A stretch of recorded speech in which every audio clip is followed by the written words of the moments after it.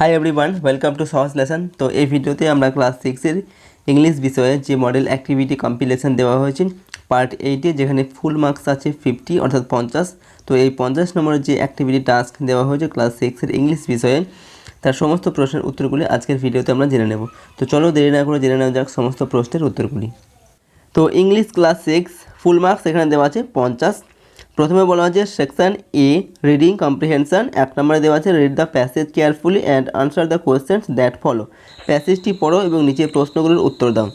তো প্যাসেজটি দেখো, he caught hold a little net and dipped it into the water. সে একটি ছোট্ট জাল নিল এবং সেটাকে জলের মধ্যে ডুবিয়ে দিল। He brought the little doll out, সে ছোট্ট পুতুলটাকে বাইরে বের করে আনলো। But she slipped out and fell on to the table banging her head, কিন্তু সে পিছল খেয়ে পড়ে গেল এবং টেবিলের উপরে তার মাথাটা ঠুকে গেল। সি বলতে এখানে পুতুলটাকে বলা হচ্ছে। সি বিগেন টু ক্রাই, সে কাঁদতে লাগলো অর্থাৎ পুতুলটা কাঁদতে লাগলো। Up came a policeman doll and said fiercely, what are you doing catching the doll and making her bump her head like that? একটা পুলিশম্যান পুতুল আসলো এবং সে জোর গলায় বলল, হোয়াট আর ইউ ডুইং, তুমি কী করছো? Catching the doll and making her bump her head like that, এই পুতুলটার মাথাটাকে তুমি এরকম করে ধাক্কা মেরে কী করছো? I was saving her from drowning said Taffy, তো টাফি বললো আমি এটাকে ডুবে যাওয়ার থেকে বাঁচাচ্ছি। নাম্বার এতে বলা হয়েছে tick the correct answer in the given boxes. এই বক্সগুলো যেটা ঠিক তার সেই বক্সের মধ্যে টিক চিহ্ন দিতে হবে। প্রশ্নের মান দেওয়া আছে 1 গুণ 3 = 3। 1 নম্বরে দেওয়া আছে Taffy saved the doll with a stick net or rope. Taffy পুতুলটাকে বাঁচিয়েছিল কি দিয়ে? একটা জাল দিয়ে। তো ওটাকে নেট, এটাতে এই ঘরে টিক চিহ্ন দিতে হবে। 2 নম্বরে দেওয়া আছে the girl fail on the floor chair or table, মেয়েটা কোথায় পড়ে গিয়েছিল? টেবিলের উপরে। তো টেবিলটাতে টিক চিহ্ন দিতে হবে। 3 নম্বরে দেওয়া আছে the policeman doll came when the girl cried, fell or screamed। তো পুলিশম্যান পুতুলটা এসেছিল কখন? মেয়েটা যখন কেঁদেছিল তখন। তো এটাতে দিতে হবে টিক চিহ্ন। বি নাম্বারে দেওয়া আছে feel in the chart with information from the given passage. Passage থেকে তথ্য নেই, এই চার্টটাকে সম্পূর্ণ করতে বলা হচ্ছে। প্রশ্নের মান দেওয়া আছে 2 গুণ 3 = 6। এদিকে দেওয়া আছে কজ এবং এখানে দেওয়া আছে এফেক্ট। এগুলো হচ্ছে ফলাফল আর এটা হচ্ছে তার কারণ। তো প্রথমে এখানে ফলটা দেওয়া আছে the toffee dipped the net into the water. Toffee জলের মধ্যে জালটাকে ডুবিয়ে দিয়েছিল। কেন? কারণটা কি লিখতে হবে এখানে, because toffee wanted to bring out the doll from water. Toffee চেয়েছিল পুতুলটাকে, ছোট্ট পুতুলটাকে জলের বাইরে বের করে আনতে, তার জন্য সে নেটটা জলের মধ্যে ডুবিয়েছিল। 2 নম্বরে কারণ দেওয়া আছে, ফলটা এখানে লিখতে হবে। কারণটা দেওয়া আছে the little doll fail on to the table, ছোট্ট পুতুলটা টেবিলের ওপর পড়ে গেল। তার ফলে কী হয়েছিল? দ্য ডল ব্যাংড হার হেড, তার ফলে পুতুলটার মাথাটা টেবিলের উপরে ঠুকে গিয়েছিল বা আঘাত লেগেছিল। 3 নম্বরে দেওয়া আছে এখানে এফেক্টে দেওয়া আছে the policeman doll talked fiercely. Policeman পুতুলটা কি জোর গলায় কথা বললো। কেন? কারণটা কি? The little doll began to cry, ছোট্ট পুতুলটা কাঁদতে শুরু করেছিল, তার জন্য সে জোর গলায় কথাটা বলেছিল। 2 নম্বরে দেওয়া আছে read the following passage and answer the questions given below. এখানে আরও একটি প্যাসেজ দেওয়া আছে, প্যাসেজটিকে পড়তে বলা হচ্ছে এবং নিচের প্রশ্নগুলিকে উত্তর দিতে হবে। তো প্যাসেজটি দেখো, once upon a time there lived a boy named Tatai. Tatai নামে একটা ছেলে থাকতো। His father mister Chowdhury worked at the nearby coal mine, তার বাবা মিস্টার চৌধুরী কাছাকাছি একটা কয়লা খনিতে কাজ করতো। Every day Tatai use to watch the roadside jewellery shop hardly 3 yards away from his scratched window pane. তো এভরিডে অর্থাৎ প্রত্যেক দিন তাতাই তাদের বাড়ির যে জানালা, সেই জানালা থেকে মাত্র 3 গজ দূরে অবস্থিত রাস্তার ধারে একটা গহনার দোকান ছিল, সেটাকে সে দেখত। It displayed a sparkling diamond necklace in a glass box. তো সেই দোকানে একটা কাঁচের বাক্সের মধ্যে একটা ডায়মন্ডের একটা নেকলেস সেখানে সাজানো ছিল, অর্থাৎ হীরের একটা গহনা সাজানো ছিল সেখানে। One day a rich old lady stepped out of a cab, brought the beautiful necklace and left the glass box blank। তো একদিন একটা ধনী একটা মহিলা একটা ক্যাব থেকে বাইরে বেরিয়ে আসলো এবং সেই নেকলেসটাকে কিনে নিল এবং সেই বাক্সটাকে খালি করে দিল। The shopkeeper put some cheap crystal jewellery to fill in the emptiness of the box. তো দোকানদার তার সেই খালি বক্সটাকে পূর্ণ করার জন্য একটা সস্তা দামের একটা চকচকে গহনা সেট তার মধ্যে রেখে দিল। এখানে নাম্বার এতে দেওয়া আছে feel in the table with information from the passage. Passage থেকে তথ্য নিয়ে টেবিলটাকে সম্পূর্ণ করতে হবে। প্রশ্নের মান 1 গুণ 3 = 3 দেওয়া আছে। এদিকে দেওয়া আছে হু, এখানে দেওয়া আছে হোয়াট ডিড, অর্থাৎ কে আর কী করেছিল সেটা ডান দিকে লিখতে হবে। তো প্রথমে এক নম্বর দেওয়া আছে তাতা। তাতা কী করেছিল বা কী করতো? Use to watch the roadside jewellery shop. Say road সাইডে রাস্তার ধারে যে জুয়েলারি শপ ছিল সেটাকে সে দেখতো। 2 নম্বরে দেওয়া আছে কি? দ্য রিচ ওল্ড লেডি, সেই বৃদ্ধ মহিলাটা অর্থাৎ ধনী মহিলাটা কী করেছিল? Stepped out of a cab ব্রট the beautiful necklace, একটা ক্যাব থেকে বেরিয়ে এসেছিলো এবং সে নেকলেসটাকে কিনে নিয়েছিল। 3 নম্বরে দেওয়া আছে শপকিপার। শপকিপার কী করেছিল? Put some cheap crystal jewellery to fill in the emptiness of the box, অর্থাৎ সেই খালি বক্সটাকে পূর্ণ করার জন্য সে একটা সস্তা দামের চকচকে গহনা তার মধ্যে রেখে দিয়েছে। নাম্বার বিতে দেওয়া আছে আনসার দ্য ফলোয়িং কোশ্চেন্স, অর্থাৎ নিচের প্রশ্নগুলির উত্তর দাও। প্রশ্নের মান দেওয়া আছে 2 × 2 = 4।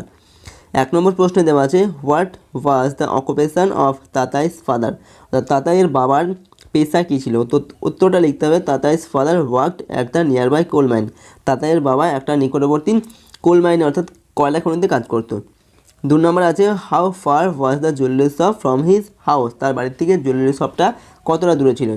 তো উত্তরটা হবে the jewellery shop was hardly 3 yards away from his house, অর্থাৎ জুয়েলারি শপটা তার বাড়ি থেকে খুব বেশি হলে। সেকশন বি, এখানে দেওয়া আছে গ্রামার অ্যান্ড ভোকাবুলারি। 3 নম্বর বলা হয়েছে feel in the blanks with verbs in agreement with the subject. Subject অনুসারে এই শূন্যস্থানগুলোতে ভার্ব বসাতে হবে। প্রশ্নের মান 1 × 3 = 3 দেওয়া আছে। এ নম্বরে আছে pepperoni and cheese is great on a pizza, অর্থাৎ পিৎজার ওপরে পিপারনি এবং চিজটা খুব ভালো লাগে, ভালো আর কি। তো এখানে ইজ হবে কারণ এটা একটা সিঙ্গুলার সাবজেক্টের মতো কাজ করছে। বিতে দেওয়া আছে neither she nor I am going to school, না আমি না সে কেউ স্কুলে যাবে না, তখন হবে অ্যাম। সি নম্বরে আছে the director and producer of the film is giving an interview, director এবং প্রডিউসার একটা ইন্টারভিউ নিচ্ছে, তো এখানেও ইজ হবে কারণ এটাও একটা সাবজেক্টের মতোই কাজ করছে, সিঙ্গুলার সাবজেক্টের মতো। 4 নম্বরে দেওয়া আছে identify the imperative, exclamatory, optative and interrogative sentence, অর্থাৎ কোনটা ইম্পারেটিভ, কোনটা এক্সক্লেমেটরি, কোনটা অপটেটিভ আর কোনটা ইন্টারোগেটিভ সেন্টেন্স সেগুলোকে চিহ্নিত করতে হবে। প্রশ্নের মান দেওয়া আছে 1 × 5 = 5। তো নাম্বার এতে আছে hurray we have won the match, আমরা ম্যাচটা জিতেছি, এটা হচ্ছে একটা আনন্দসূচক বাক্য, এটা হবে এক্সক্লেমেটরি সেন্টেন্স। বিতে আছে হোয়াট ইজ ইউর নেম, তোমার নাম কি, এটা হচ্ছে প্রশ্নবোধক বাক্য, তো লিখতে হবে ইন্টারোগেটিভ সেন্টেন্স, এটা হচ্ছে ইন্টারোগেটিভ সেন্টেন্স। সিতে আছে Neeraj Chopra on the gold medal in the Tokyo Olympic, Neeraj Chopra Tokyo অলিম্পিকে গোল্ড মেডেল জিতেছে, তো এটা হচ্ছে একটা বিবৃতিমূলক সেন্টেন্স, এটাতে লিখতে হবে অ্যাসার্টিভ সেন্টেন্স। নাম্বার ডিতে আছে ওপেন দ্য ডোর, দরজাটি খোলো, এটা হচ্ছে আদেশসূচক একটা বাক্য, এটা হচ্ছে ইম্পারেটিভ সেন্টেন্স।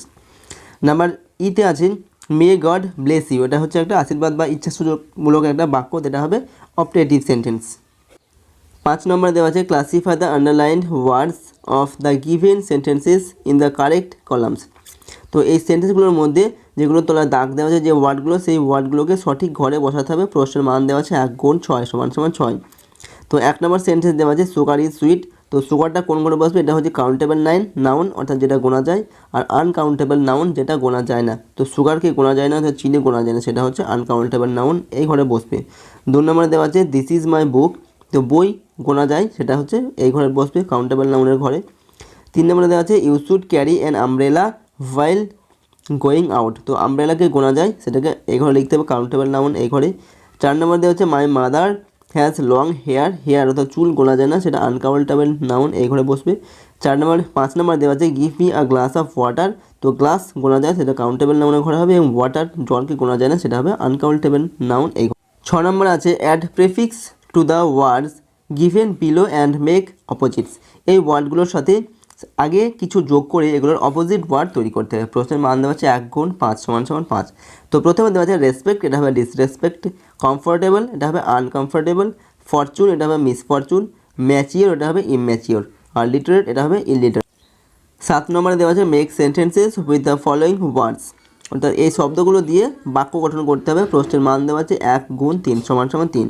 প্রথম শব্দটি দেওয়া আছে ডেসপেয়ার, মানে হচ্ছে কি হতাশা, তো আমরা বাক্যটা লিখেছি the farmers looked at the sky in despair when rain will come, অর্থাৎ কৃষকরা আকাশের দিকে চেয়ে আছে হতাশার সঙ্গে কখন বৃষ্টি হবে বলে। স্টারভিশ মানে হচ্ছে কি শক্তপোক্ত, হি হ্যাজ এ স্টারভি বডি, তার একটা শক্তপোক্ত শরীর রয়েছে।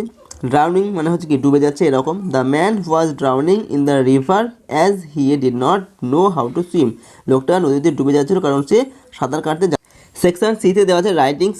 তো 8 নম্বরে বলা হয়েছে suppose you had been to Murshidabad with your parents. মনে করো তুমি তোমার বাবা মার সঙ্গে মুর্শিদাবাদ গিয়েছিলে। Write a paragraph in about 60 words about your experience in the historical place.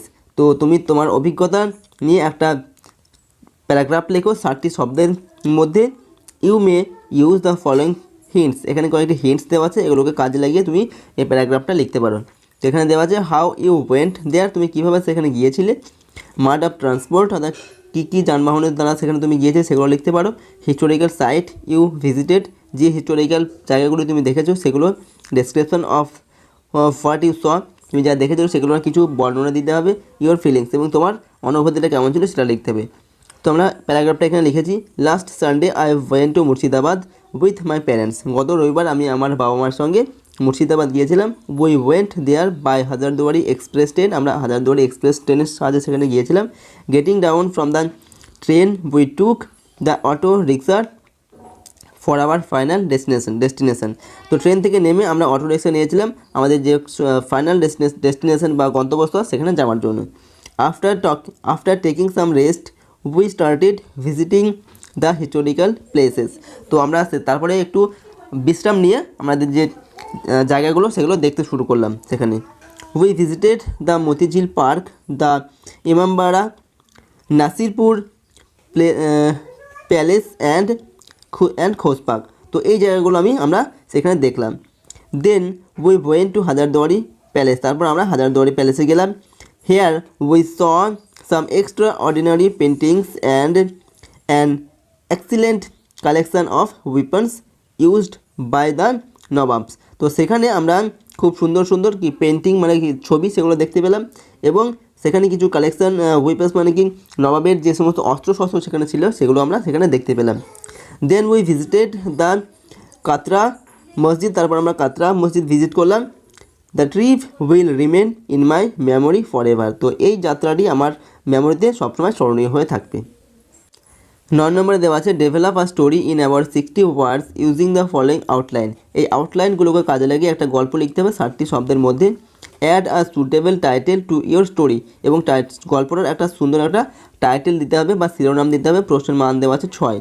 তো এখানে আউটলাইনগুলো দেওয়া আছে dog with piece of meat in mouth, একটা কুকুরের মুখে এক টুকরো মাংস আছে। ক্রসিস আর রিভার ব্রিজ, একটা নদীর ওপর দিয়ে ব্রিজ আছে, সেই ব্রিজটা সে পার হচ্ছিল। সিজ হিজ শ্যাডো, সেই নদীর জলে তার শ্যাডোটাকে বা ছায়াটাকে দেখতে পেলো। থিংস আনাদার ডগ, সে ভাবলো সেটা আর একটা কুকুর। বার্কস, এবং সে ঘেউ ঘেউ করে আওয়াজ করলো।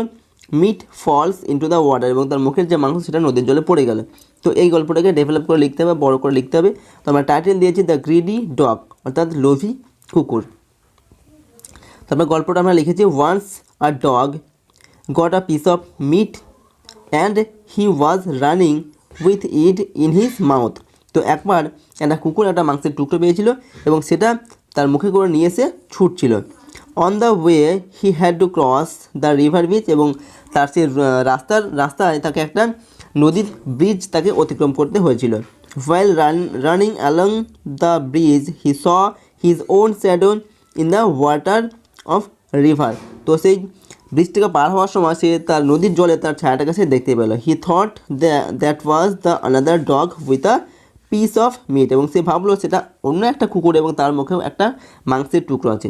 হি wanted to have that too, এবং সে সেই মাংসের টুকরোটাও পেতে চাইলো আর কি।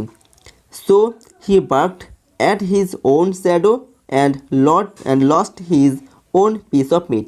তো সেটাকে নেওয়ার জন্য সে ঘেউ ঘেউ করে আওয়াজ করলো সেই কুকুরটার প্রতি, এবং তার মুখের যে মাংসের টুকরো ছিল সেটাও সে হারালো, তার জলের মধ্যে পড়ে গেল। সম্পূর্ণ ভিডিওটি দেখার জন্য অসংখ্য ধন্যবাদ।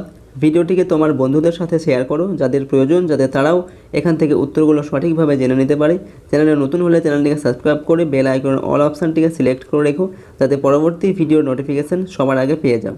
ফিরে আসবো আরও একটি নতুন কোনো ভিডিও নিয়ে। ততক্ষণ পর্যন্ত সকলেই ভালো থেকো, সুস্থ থেকো, বাই।